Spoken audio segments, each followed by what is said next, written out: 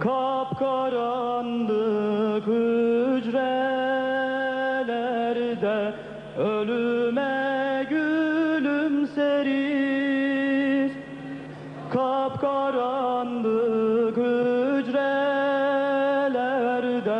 şehadeti bekleriz. Kalbimizde tevhid ile, göğsümüzde bir mermiyle, dilimizde tekbirlerle şehadet isteriz ya Rab.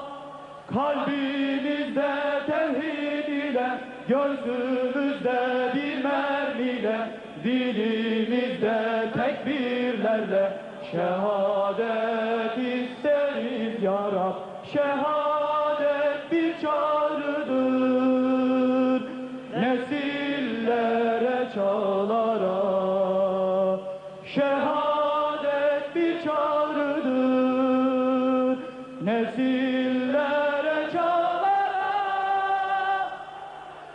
Mazlumlarız, eziliriz, zulümler görürüz biz.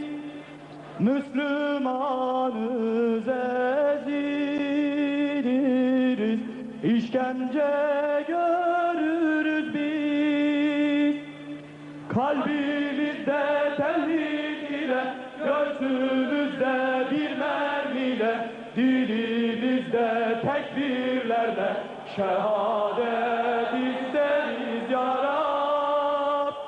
Kalbimizde tevhid ile, gözümüzde bir mermiyle, dilimizde tekbirlerle şehadet isteriz ya Rab. Şehadet bir çağrıdır nesillere, çağlara. Şehadet bir çağrıdır nesillere, çağlara.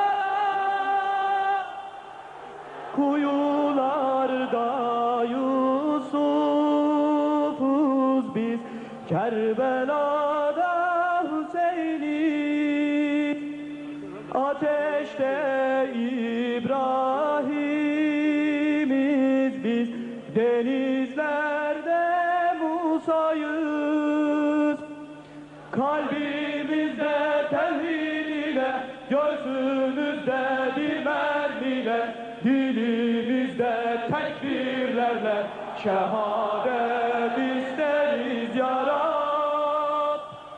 Kalbimizde tevhid ile, gözümüzde bir mermiyle, dilimizde tekbirlerle şehadet isteriz ya Rab. Şehadet bir çağrıdır nesillere, çağlara.